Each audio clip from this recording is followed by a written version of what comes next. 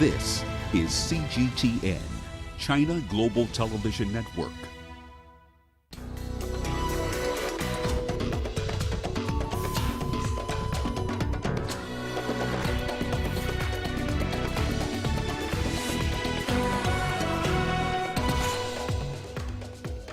President Donald Trump impeached for inciting the U.S. Capitol riot in a historic second charge.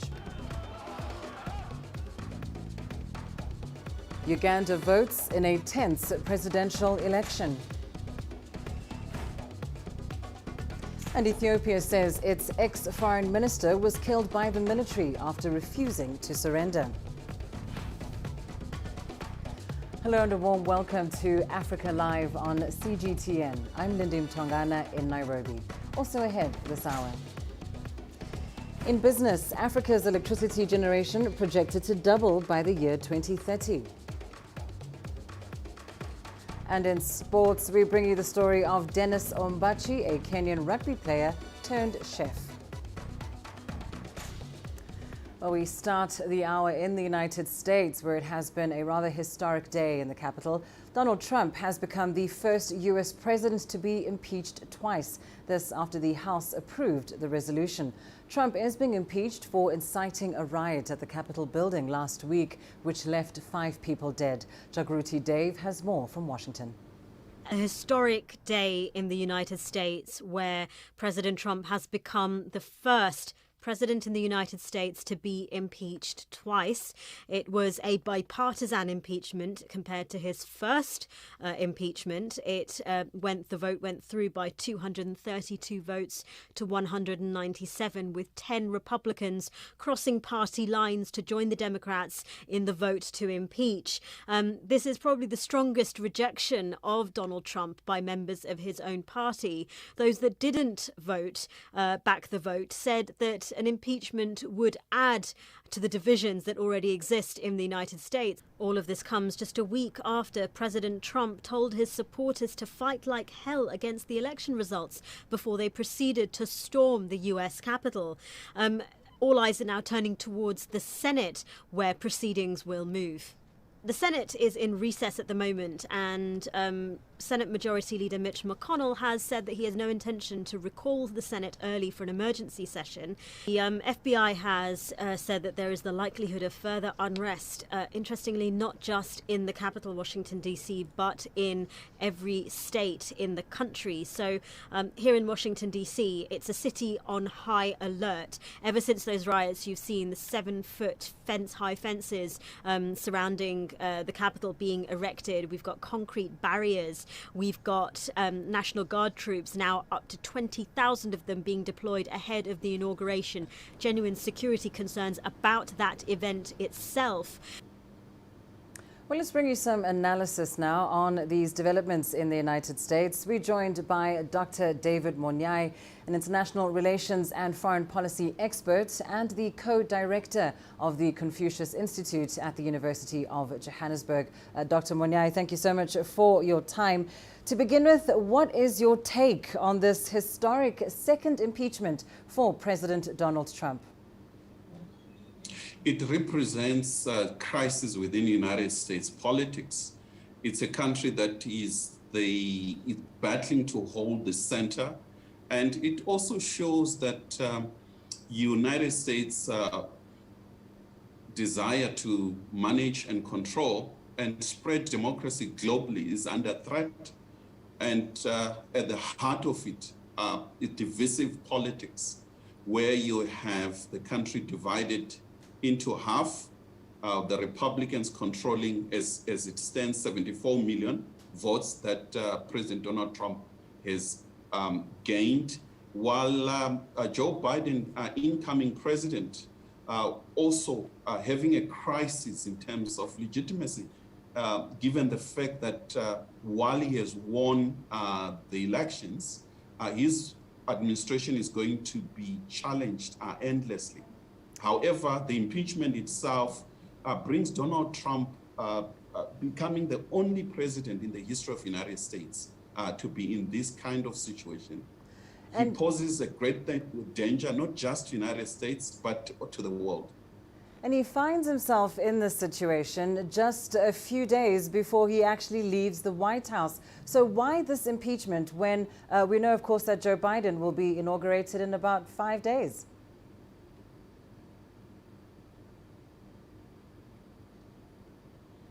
I think what the entire U.S.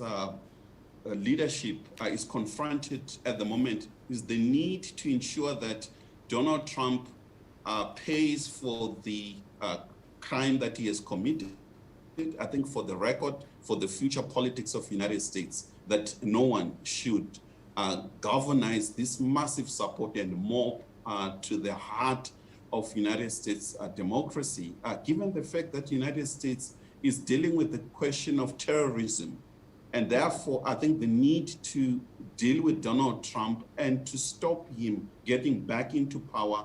But on the other hand, the challenge is that there is a limit to what they can do, given the fact that massive number of Americans still support him and his party. There is a need for Joe Biden to heal the wounds, to unite and bring reconciliation in the United States. So they're in a double catch-22 situation where they have to be seen symbolically doing something. However, this is not going to result in anything, given the fact that Donald Trump still supports massive support on the ground.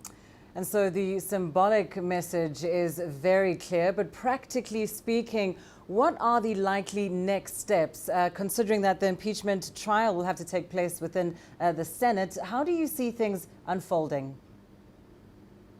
I think to fulfill the desire to fully impeach him, if it goes to the Senate, they need a 2/3 majority. As it stands, given what happened yesterday, the Democrats only gained 10 members from the Republicans, and that is not sufficient. I think when it comes to Senate, Donald Trump has much more support in Senate than in his own party team in Congress.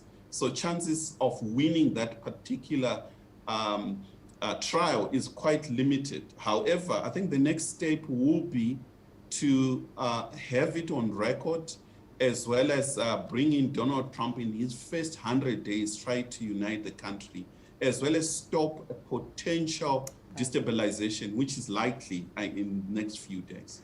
Indeed, Joe Biden certainly has a challenging first 100 days ahead of him. Thank you so much, Dr. David Mtongana, joining us there live from Johannesburg. Now, reports say the mob which attacked the U.S. Capitol building last week represented a range of far-right causes, and they were united by their joint disdain for lawmakers on both sides of the political divide who all approved November's election results. Now, with nationwide anger over their mindset and violent actions, where does Trump's hardcore support base go from here? Owen Fairclough reports. This started as a revolution. It's going to start as a civil war. It was billed as their last stand against what they claim to be a stolen election.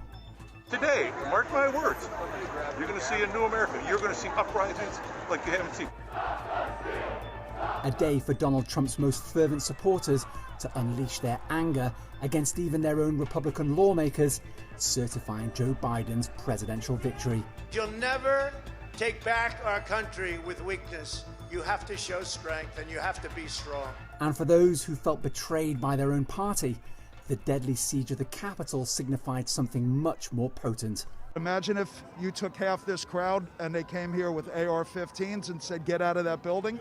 There isn't Republican and Democrat, there's just one party. I have no more trust in the system at all. I have no trust with our government. Either side doesn't matter.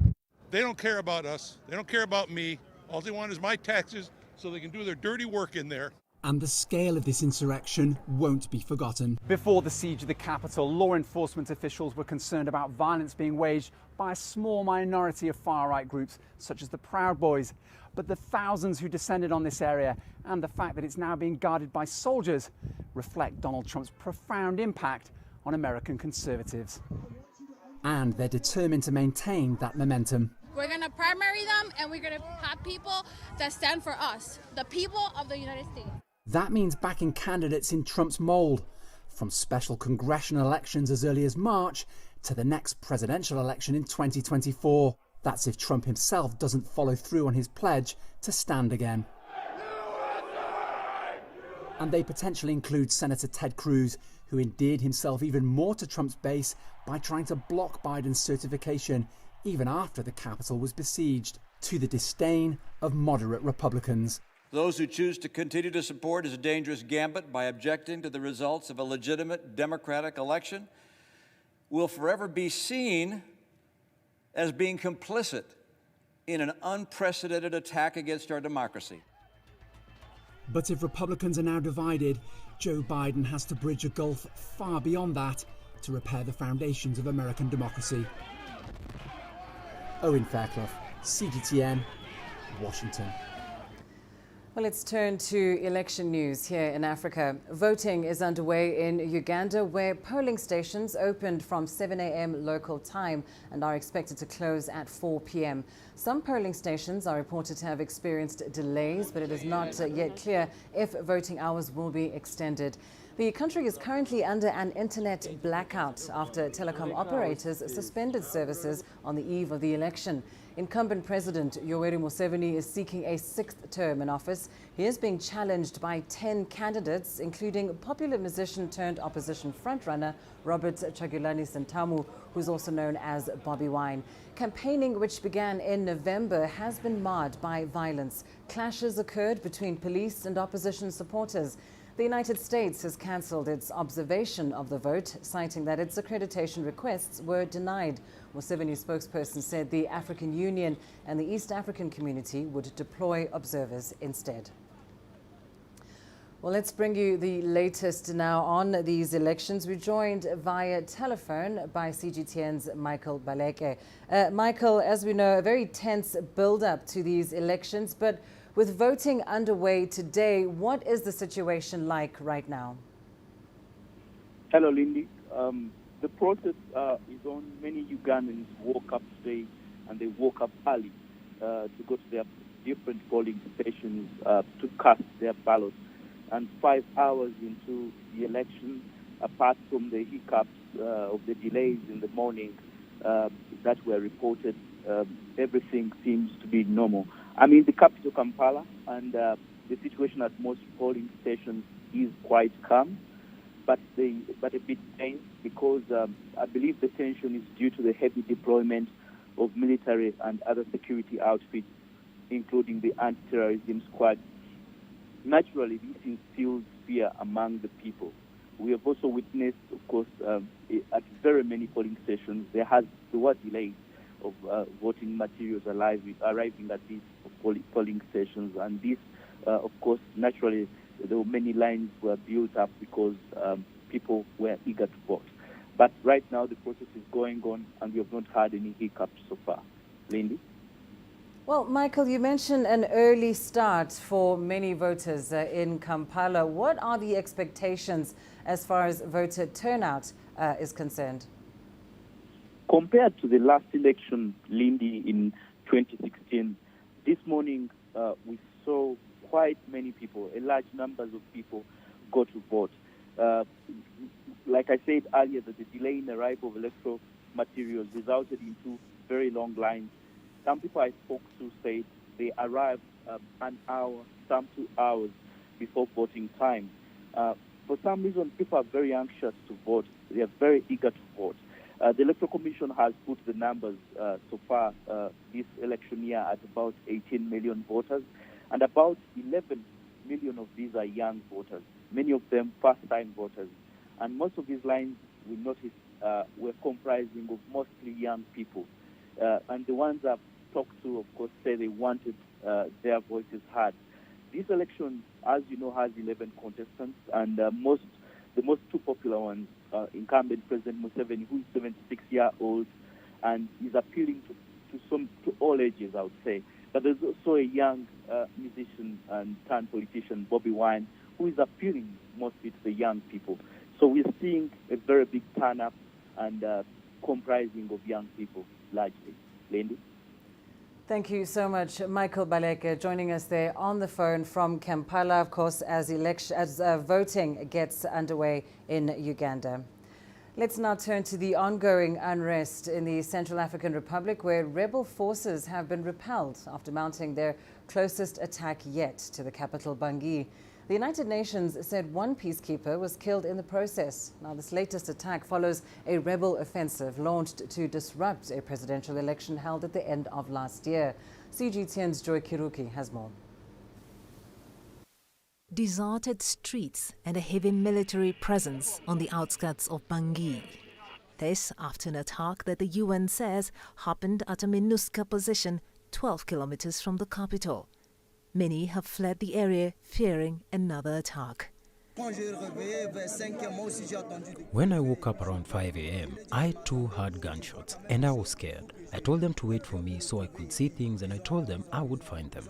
Then they left without turning back. So far, I don't know where my family is, how they are going to leave. And with everything happening, we who sell stuff to be able to eat, that's how we make a living. But with all that's happening, how can we sell things? How can we find something to eat in these times? We don't want this. The UN Secretary General has strongly condemned the attack in which a Rwandan peacekeeper was killed. The Secretary General expresses his deepest condolences to the families of the deceased peacekeeper, as well as to the people and government of Rwanda. He wishes a speedy recovery to those injured. The Secretary General recalls that attacks against UN peacekeepers may constitute a war crime. He calls on the Central African authorities to take all necessary measures to ensure accountability for these heinous attacks.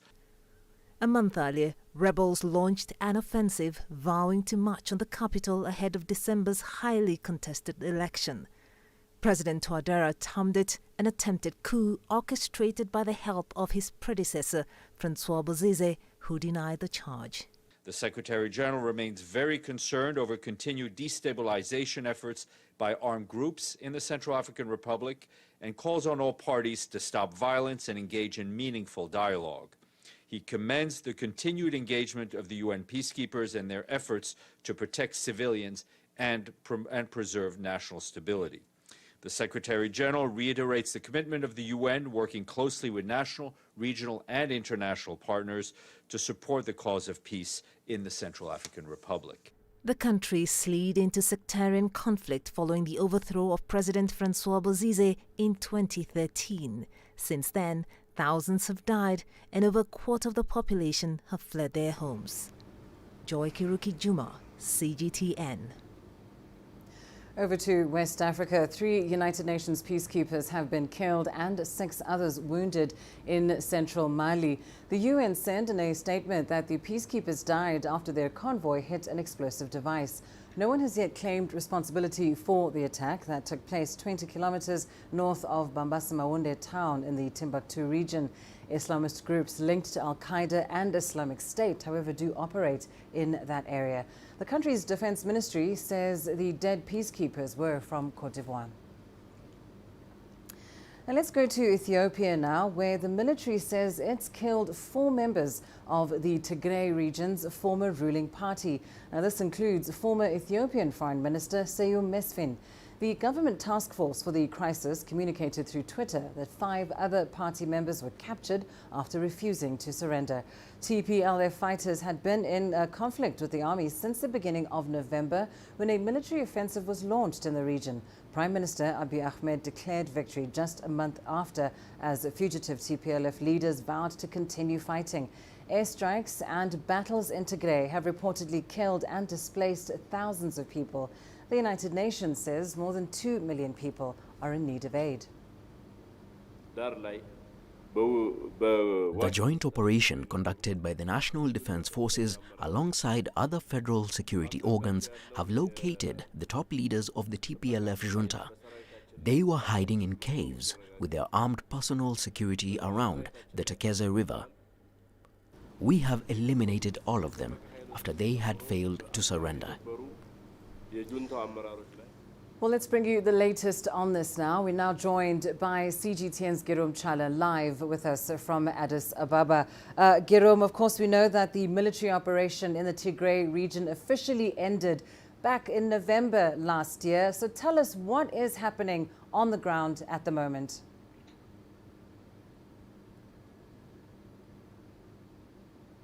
concluded according to the government, and they are now being advised by the provisional administration, and they are also working with locals in parts of locations where there are small conflicts happening in the provision as well. International community is to address. We do apologize for the quality of that line. That was our correspondent, Girum Chale, there in Addis Ababa, just giving us more information about the latest developments in the Tigray region. Of course, the big news coming out of that region is that the country's former foreign minister has been killed by the military for refusing to surrender. You are watching Africa Live. Time now for a short break. Still ahead, the African Union secures close to 300 million COVID-19 vaccine doses, the largest such agreement yet for Africa. And the WHO experts arrive in Wuhan, China for research.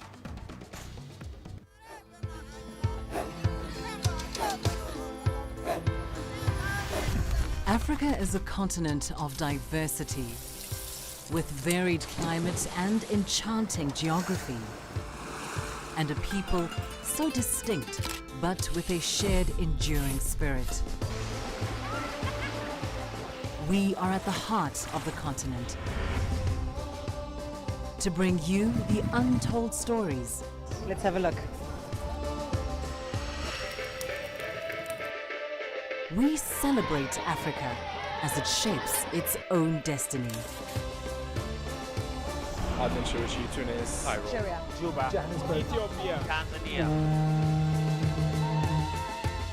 Africa Live. Find your voice.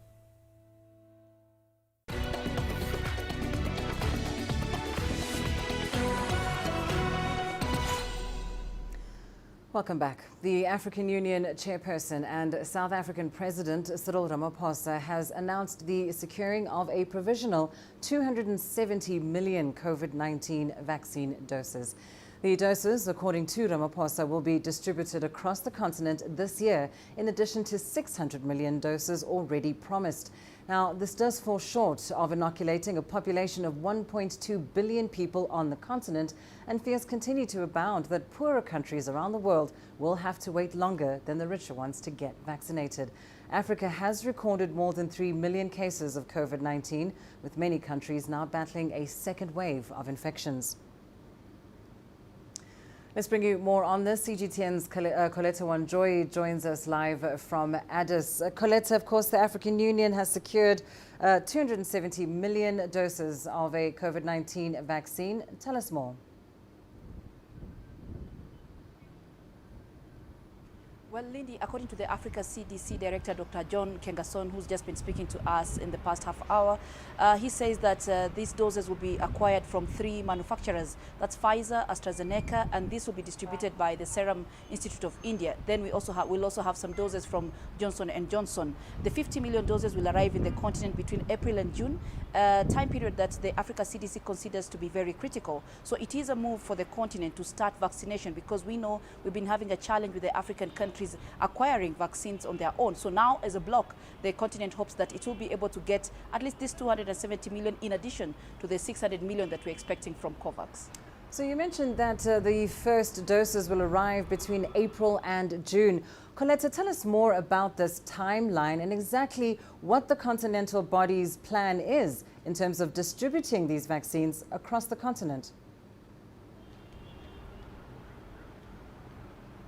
Well, Lindy, they said they've already put out a strategy on how to do this so that we don't have confusion. The Africa CDC has a platform that for medical supplies, where countries have been going since the COVID began to make orders of different facilities or different items they want.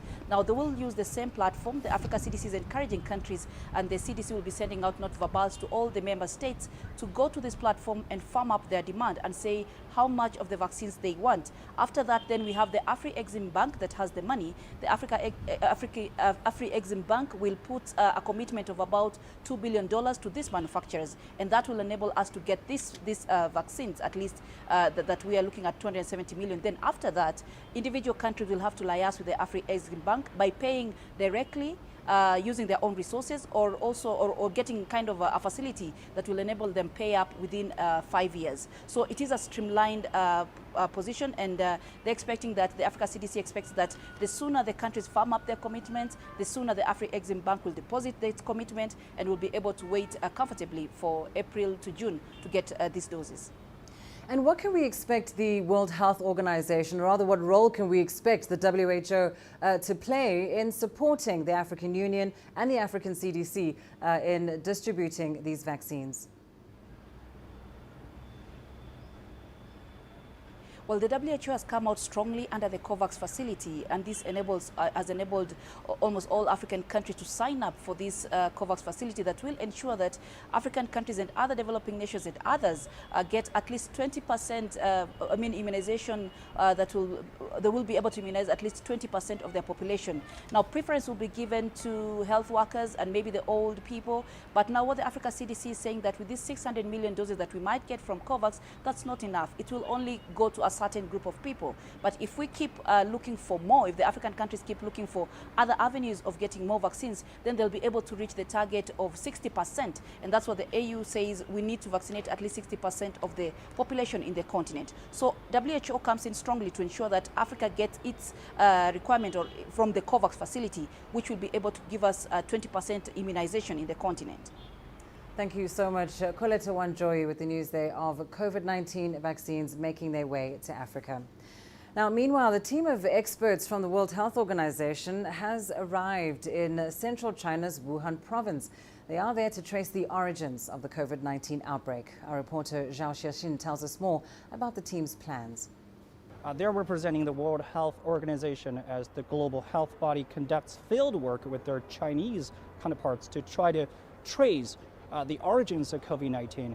But before they begin their mission in Wuhan, once the epicenter of COVID-19, they will get tested for the virus at customs, and they will be transported to a hotel for quarantine from the gate right behind me. The visit wasn't confirmed until Monday, as doubts emerged over China's willingness to provide the WHO with access to Wuhan. But the Chinese Foreign Ministry says Beijing has always been, I quote, open and transparent. It says WHO experts have twice been invited to China to engage in and review the research, and that they reached agreement on the country back in October. And since then, China says experts from both sides have held 4 meetings to share their efforts fighting the virus. At a press conference this week, WHO chief expressed great hope as the WHO emphasizes the need for a scientific and not political approach to the mission. Experts say that the field work in Wuhan is only the beginning. They say that the process to find the origins of the virus could be a long one, taking many years to complete. And the WHO is also promising to continue working with the networks it has set up since the start of the pandemic, including follow-up studies on water and sera samples. Experts say that the scientific studies like this all serve to better understand the pandemic. But make no mistake, learning more about the outbreak here in Wuhan is critical to developing their understanding of the virus. So during the quarantine period of 14 days and the following weeks, panel discussions between the two sides will expected to reconstruct exactly how the pandemic unfolded. And what's more, they say this could help us better prepare for the emerging diseases in the future. Well, Turkey begins nationwide COVID-19 vaccinations today, with health workers given priority. That's after the vaccine from China's Sinovac was granted approval for emergency use. Our correspondent Mikhail Bardavid has more from Istanbul. Well, first of all, Turkey purchased 50 million doses of Coronavac from Sinovac Biotech. That means that because each person will be administered 2 shots, 25 million people in Turkey will be able to receive a Coronavac vaccination. Now, the health ministry plans to carry this out in 4 stages. This is beginning today. The health workers are given priority. Also, those over the age of 65 will be vaccinated in the first stage as well. Then in the second stage, we have those over the age of 50 with at least one chronic illness and those working critical jobs. These are in the second stage. In the third stage, we have young adults as well as some other categories, and then we have the rest of the population in the latest stage. Of course, people are very hopeful, but there is some anxiety here as well. One strong point for Turkey, however, is that Turkey participated in the clinical trials of CoronaVac in 25 centers across Turkey. So that is going to be a major advantage for Turkey. Turkish doctors have been saying that this is going to be very beneficial for Turkey because they were already able to test the efficacy of the vaccine on the Turkish population specifically. Already we have 2 million people, over 2 million people in Turkey that have been infected by this virus, and over 23,000 people have died so far in Turkey. So really a lot of people are hoping that with the receiving of CoronaVac in Turkey, we can try to contain the spread and prevent more harm in Turkey. Now, since the start of the coronavirus pandemic, the United States has reported over 23 million infections and over 384,000 deaths. The Trump administration is now adjusting its vaccine rollout plans as numbers continue to rise. Senior administration officials say it's all part of an effort to get shots out faster. John Lorenk reports. The U.S.'s COVID-19 vaccine campaign is entering a new phase. We are changing how we allocate first doses among the states in order to ensure doses are being put to use and put to use for the most vulnerable. The Department of Health and Human Services hopes these changes, which include releasing reserved second doses, will allow more people to roll up their sleeves. Some health officials say rigid rules hindered the vaccine's rollout. I thought our luck of winning the Mega Millions was better than getting in the lottery to get this shot. The expansion of vaccine availability also addresses another problem. Some areas had more doses than people who were either eligible or willing to get a shot. When people are ready to get vaccinated, we're going to move right on to the next level so that there are not vaccine doses that are sitting in a freezer or a refrigerator where they could be getting into people's arms. This comes as the U.S. has averaged more than 3,200 COVID-19 deaths reported per day over the past week, with more than 4,000 reported Tuesday, according to Johns Hopkins University. You will continue to see people that have gotten their doses and are doing well, and I hope that that will help move the needle, pun intended. Your business news up next on Africa Live. Coming up, Africa's electricity generation is projected to double by the year 2030. And South Africa's manufacturing production is down by 3.5% in November.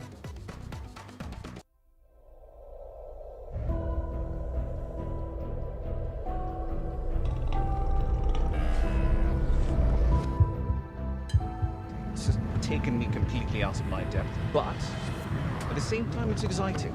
It's new, it's different, it's a challenge. It's really exciting.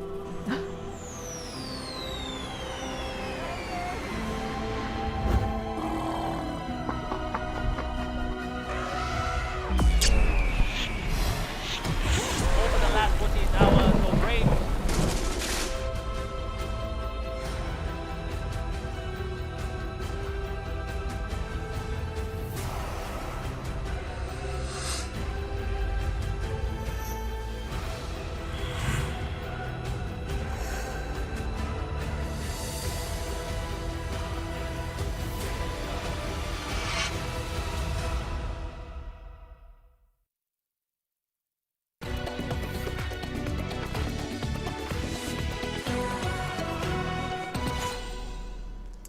In your business news, Africa's total electricity generation across the continent is forecasted to double by 2030. Now, according to research from the University of Oxford, fossil fuels are expected to be dominant in the continent's energy mix by the end of the decade.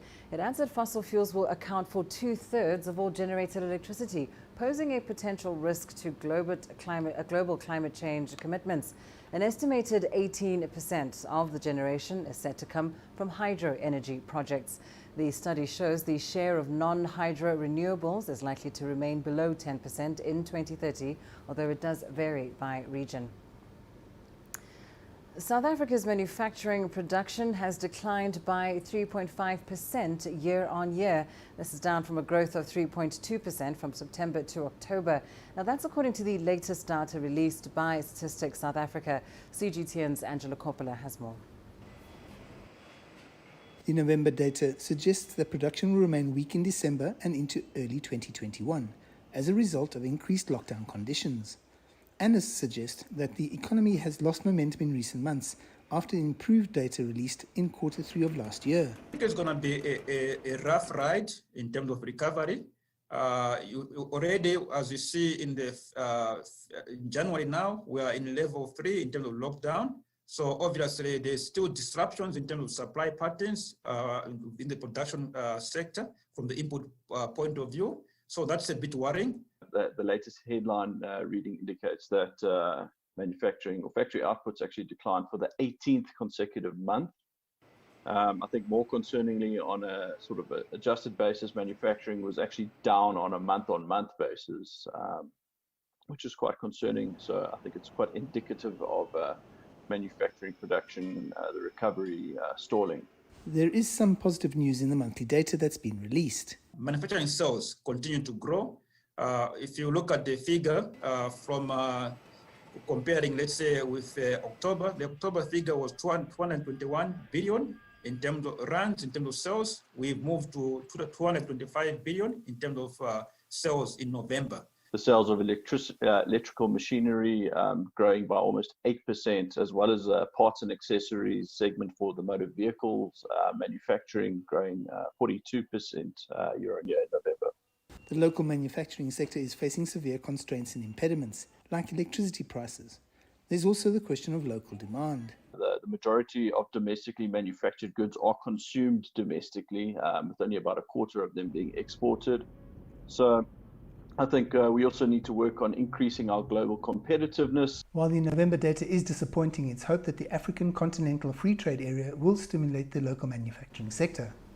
I'm Angelo Coppola for CGTN in Johannesburg, South Africa. Africa's new intercontinental free trade deal is paying dividends for manufacturing businesses in Ghana. Member states are beginning to make inroads into other African markets previously deemed impossible. The African Continental Free Trade Area will likely encourage competition between African brands, but some Ghanaian companies are seeking the government's support to mitigate against the new cost of doing business. From Accra, here's CGTN's Nabil Ahmad Rufai. Ghana's beverage manufacturing company, Casapeco, is ramping up production. The company is among the first enterprises in the country to export to South Africa under the new trade deal. It's a big moment as the company has struggled to penetrate the East African and Southern Africa markets in the past. If you look at South Africa, they have a block where they call the SADC. They have quota system that prevents you from entering, and it's been very, very difficult for us. The introduction of this after, if all those bottlenecks or the quota system duty are taken off, we're going to improve on the volume than before. And I think we will have a clearer opportunity to position our brand or our product in the market to compete. The Continental Free Trade Area aims to remove trade barriers and unleash Africa's economic potential. The hope is that it will lead to a total GDP growth of $3 trillion. Africa's most populous country, Nigeria, is one of the biggest export destinations for this company. When the country shut its land borders in Benin in 2019, which lasted for more than a year to check the smuggling of goods, Casapeco says it lost more than $2 million. The spillover effect of Nigeria's action led to a trade dispute with Ghana, resulting in the closure of shops of Nigerian retailers in Accra. Nigeria has now reopened its borders just in time for the implementation of the AfCFTA, and enterprises hope to continue trading in the country. Key strategy we're looking at now is to kind of still do the direct exporting to the market, and then also we're looking into the future to do kind of a co-packing or a contract partner jointship venture to kind of also start producing the product in Nigeria. So far, 34 African countries have sealed the pact and are ready to trade among themselves. The free trade area will cut tariffs on 90% of goods and services to boost intra-African trade. Companies like Casapreco are now finding ways to make their products compete better with other African brands that could flood the Ghanaian market as the AfCFTA comes into force. Ghana's government says it's trying to raise awareness on how enterprises can take advantage of the African Continental Free Trade Area. Still, experts say more has to be done to realize the full potential of the trade deal. You also need to help build the capacities of the enterprises so they become competitive.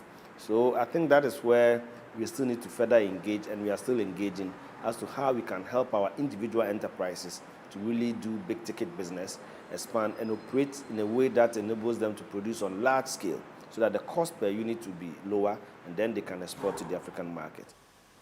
Enterprises like Casapreco want the government to also reduce the lending rate. They say this can help them reduce the cost of their products in order to compete better with other foreign brands. For now, though, they hope the AfCFTA will help drive the change in the way Africans trade among themselves. Nabil Ahmed Rufai, CGTN, Accra, Ghana. Nigeria has released $31 million to boost its poultry industry. The once flourishing subsector was at the brink of collapse following shocks created by the COVID-19 pandemic. As CGTN's Kelechi Mekalam reports, the loan facility from the Central Bank of Nigeria aims to help small, medium and large poultry farmers recover from the crisis. Empty bird cages. That's the new reality for Sulham Farms, a poultry farm in Nigeria's capital, Abuja.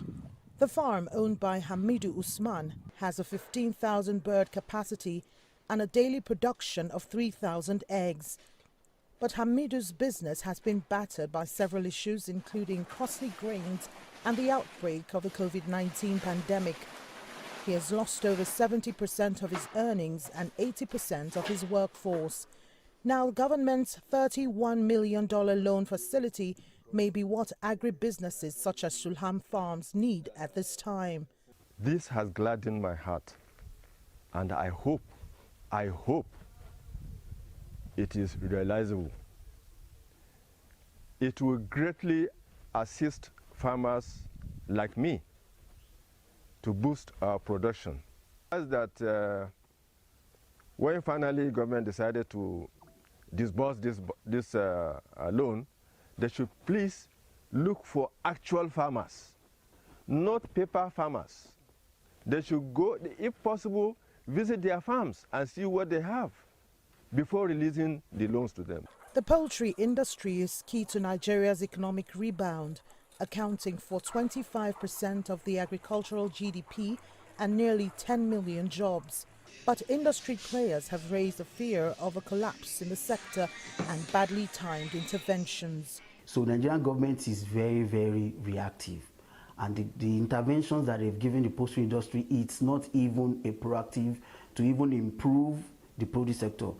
Now that they are bringing money to the produce sector is because the sector is almost at a collapse. Though a step in the right direction, the intervention isn't all that's required to redeem the agricultural subsector. As much as the government can do, the Poultry Association of Nigeria also have a lot to do in educating their farmers on the right system of poultry farming. So government needs to look at all the value chain, from production of the crops to the feed millers to the poultry farmers that will use it, and to also help them to educate them in the best practices. The government has since placed a ban on its importation in a bid to conserve its forex reserves. In addition to the recent intervention, poultry farmers are asking for a temporary relaxation on the ban in order to reduce the cost of feeds. This is even as Nigeria looks to expand its maize production in the next planting season. Kelechi Emekalam, CGTN Abuja, Nigeria. China's customs data shows the country's exports maintained steady growth in 2020, despite disruptions caused by the coronavirus pandemic. Wang Mingjie breaks down the data for us in this report. Facing unprecedented headwinds from the virus, officials say China's foreign trade sector did a stellar job in 2020. China's foreign trade is up 1.9%, reaching over 32 trillion yuan, or nearly $5 trillion in 2020. Among this, China's exports have reached nearly 18 trillion and imports have reached over 14 trillion, becoming the only major economy to see growth this year. The epidemic dealt a heavy blow to China's foreign trade. In the first 2 months of 2020, the total foreign trade in goods fell over 9% year-on-year in yuan terms. But the declining trend was soon reversed amid China's containment of COVID-19 over the following month. The sound recovery momentum has been sustained. Since June, China's foreign trade has achieved robust growth 7 months in a row. With the sector's recovery on solid ground, China has introduced a series of reforms to open up its economy. Although restrictions were in place due to the containment of the virus, China's exports of epidemic prevention materials has been valued at over 400 billion yuan. The country has offered antivirus supplies to more than 200 countries and regions worldwide, contributing to the fight against COVID-19 on a global scale. COVID-19 is having a significant impact on the global economy. Experts say openness and cooperation is more needed than ever for global and sustainable economic recovery. They say China's commitment to broader reforms and wider opening up will continue to inject fresh growth opportunities to the global economy. Wang Mingjie, CGTN, Beijing. Well, that's where we leave your business news. Still ahead on the program. Coming up, how a Tunisian startup is offering virtual tours of UNESCO heritage sites. The greatest journeys, the greatest sights, the greatest adventures. Here in Qanater, this weir allows the locals to walk on water. We're far more than just TV news. We're your passport to the wonders of Africa. To bring you stories of struggle, survival and hope.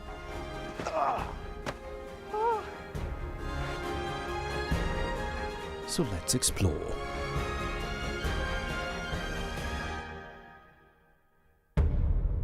CGTN. See the difference.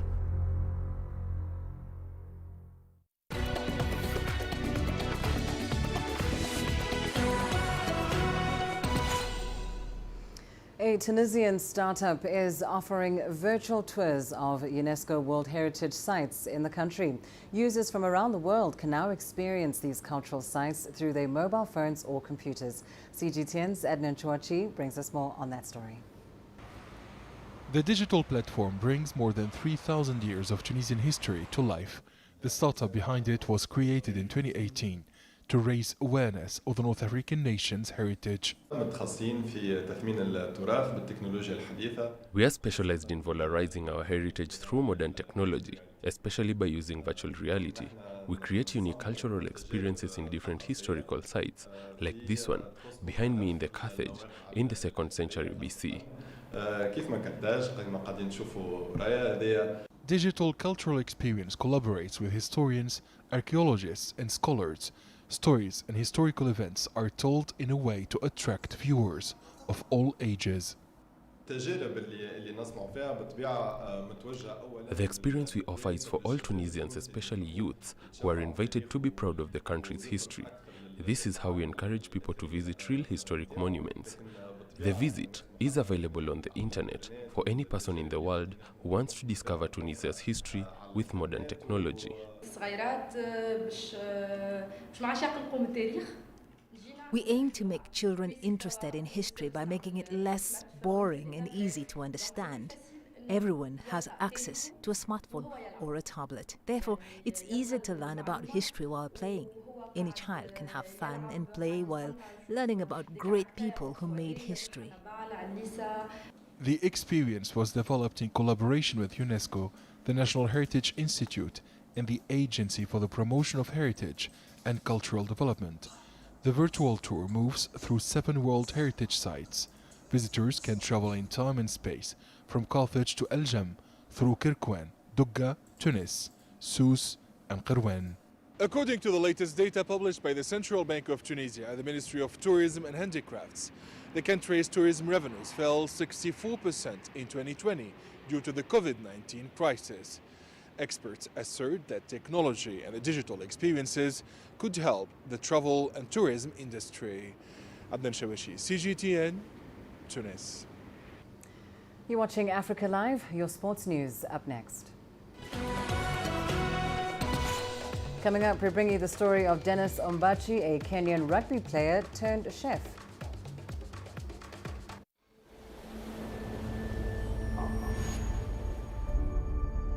How would you create your legend? On the fields, on the tracks, in the arenas of Africa. Were you born to be a player?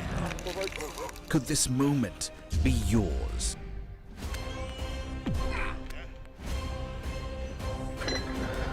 Sports Scene. Find your game.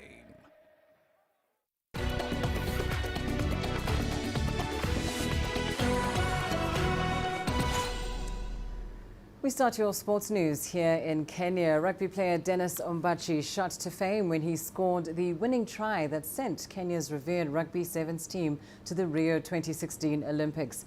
But the star, who has been involved in the game for over a decade, is now making waves as a chef whose culinary genius is causing a sensation online. CGTN's Joy Kiruki has more. Like many notable Kenyan internationals, Dennis Ombachi started his rugby in high school. He turned professional thereafter, and his club career got off to an emphatic start. Duke spotted me, told Africa Yange and George Mboy outside there that, oh, that young village over there has some potential. I remember my first drill, and it's still the book I read up to now. So it was a hit and spin. And I just couldn't get it right, but after 1 hour, 45 minutes, I managed to get it, and it has never, it stuck in my mind up to today. Within no time, Ombachi became an established regular in Kenya's HSBC World Rugby Sevens Series squad. His name was immortalized in folklore when he grounded the winning try that sent his country to the Rio 2016 Olympics. Kenya sank Zimbabwe 21-17 in the finals of the 2015 Africa Cup Sevens in South Africa to clinch the dream ticket. The first Zim defender came to me, of course, a slap on the face. The second one, a slap. And after that second handoff is when it hit me that, okay, now you have over 60 meters to sprint and the road is clear. So I just started sprinting, then I saw the Zimbabwe number 9. We used to call him Salamba, short guy, cross-covering. Initially, I wanted to just sprint straight up to the try line, but again, I was like, okay, the number 9 Salamba is coming, he's pretty quick, let me step back in. So I stepped back in, and once he was out of my way, I was 100% sure no one else in that team can catch me. As a member of the globe-trotting Kenya's Sevens team, Ombachi acquired a taste of different cuisines from around the world. A teammate of mine, Ben Nyambu, who's now retired, bringing finesse in your cooking, I got it from him. Because I remember he's the first person I saw making a tuna sandwich using onions and mayonnaise, and I was like, by the way, so food actually is just mixing a combination of textures and flavors, and then so I learned a lot from him. Let's see, simple, basic, roasted potatoes. Not even. Having researched widely to master his new cooking passion, Ombachi has now grown his culinary brand on social media. He's known as the roaming chef of Instagram and has expanded his kitchen into making and selling his own sauces. I think the idea also came to me during the COVID period. I was like, okay, how do I make extra money? And my girlfriend said, your sauces are good, sell them. there was a lot of resistance before I actually started selling the sauces. So I started with 2, I think, and now I have almost 8.